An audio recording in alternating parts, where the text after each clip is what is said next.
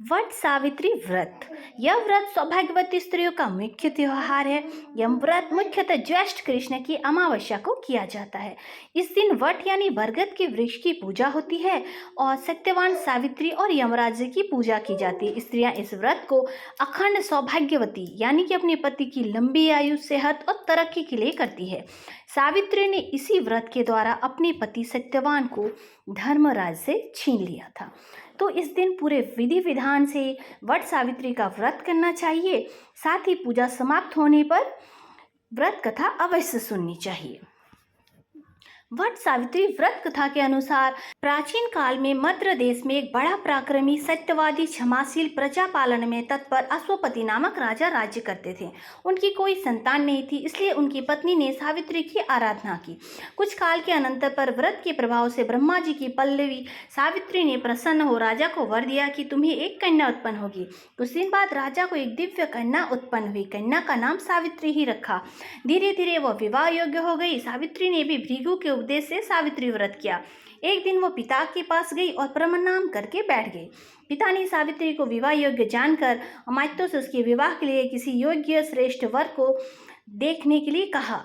पिता अश्वपति ने सावित्री से कहा कि पुत्री, तुम वृद्ध जनों तथा अमात्यों के साथ जाकर स्वयं ही अपने अनुरूप कोई वर देख लो।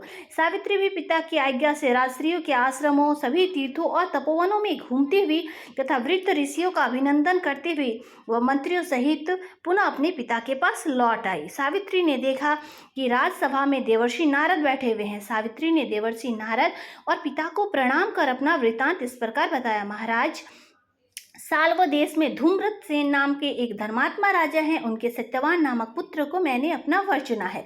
सावित्री की बात सुनकर देवर्षि नारद कहने लगे, राजन, इसने बाल्य स्वभाव बस उचित फैसले ही नहीं लिया। ध्रुवसेन का पुत्र सभी गुणों से संपन्न है, परंतु उसमें एक बड़ा भारी दोष है कि आज के ही दिन ठीक 1 साल के बाद उसकी मृत्यु हो जाएगी। देवर्षि नारद की बात सुनकर राजा ने सावित्री से किसी अन्य वर को ढूंढने के लिए कहा। सावित्री बोली कि राजाओं की आज्ञा एक ही बार होती है, पंडित जन एक ही बार बोलते हैं, कन्या भी एक ही बार दी जाती है। यह तीनों बातें बार बार नहीं होती। सत्यवान दीर्घायु हो अथवा अल्पायु, निर्गुण हो या गुणवान, मैंने तो को अपना वरण कर ही लिया। अब मैं दूसरे पति को कभी नहीं चुनूंगी। जो कहा जाता है उसने पहले विचार पूर्वक मन में निश्चय कर लिया जाता है। जो वचन कह दिया जाए वही करना चाहिए। नारद जी ने कहा, राजन, आपकी कन्या को यह अभिष्ट है और इस कार्य में शीघ्रता नहीं करनी चाहिए। आपका यह दान कर्म निर्विघ्न संपन्न हो। इस तरह कहकर नारद मुनि चले गए और राजा ने भी शुभ मुहूर्त देखकर सावित्री का सत्यवान से विवाह कर दिया। परंतु नारद मुनि की वाणी सावित्री के हृदय में खटकती रहती थी। जब 1 साल पूरा होने का आया तब सावित्री ने विचार किया कि अब मेरे पति का समय समीप आ चुका है। यह सोचकर सावित्री ने भाद्रव पक्ष मास के शुक्ल पक्ष द्वादशी से 3 रात्रि का व्रत ग्रहण कर लिया और वह भगवती सावित्री का जप ध्यान पूजन करती रही। उसने यह निश्चय किया था कि आज से चौथे दिन सत्यवान की मृत्यु होगी। सावित्री ने दिन रात नियम से व्यतीत किए। चौथे दिन देवता पितरों को संतुष्ट कर उसने अपने ससुर और सास के चरणों में प्रणाम किया। सत्यवान ने सावित्री से कहा कि वन में जाने के लिए अपने सास ससुर से पूछ लो। वह पूछने गई। पहले तो सास ससुर ने मना किया, किंतु सावित्री के बार बार आग्रह करने पर उन्होंने जाने की आज्ञा दे दी।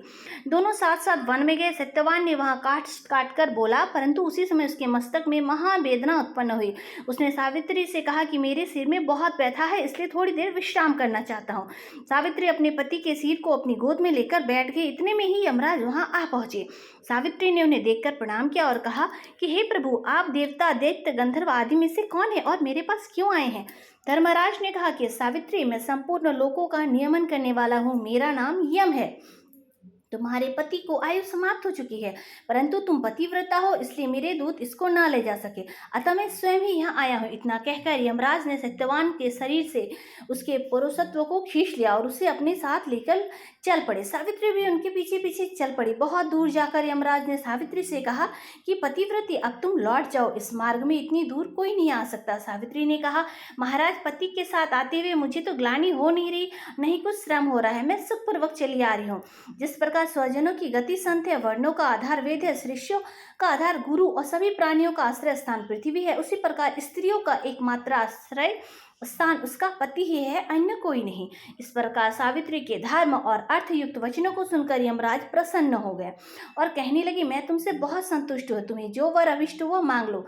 तब सावित्री ने विनय पूर्वक वर मांगा, मेरे ससुर के नेत्र अच्छे हो जाए, उन्हें राज्य मिल जाए, मेरे पिता के 100 पुत्र हो जाए, मेरे भी 100 पुत्र हो, मेरे पति दीर्घायु प्राप्त करे, हमारी सदा धर्म में दृढ़ श्रद्धा बनी रहे।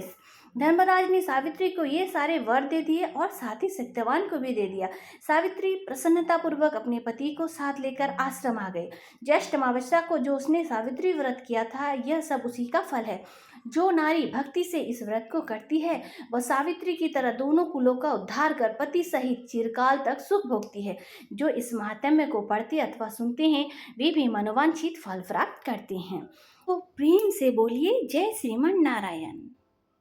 ऐसे ही और भी व्रत कथा जानने के लिए चैनल को सब्सक्राइब कीजिएगा, वीडियो को लाइक कीजिएगा, शेयर कीजिएगा और अधिक से अधिक लोगों को भेजकर सपोर्ट अवश्य करिएगा। राधे राधे, श्री शिवाय, नमस्तुभ्यम।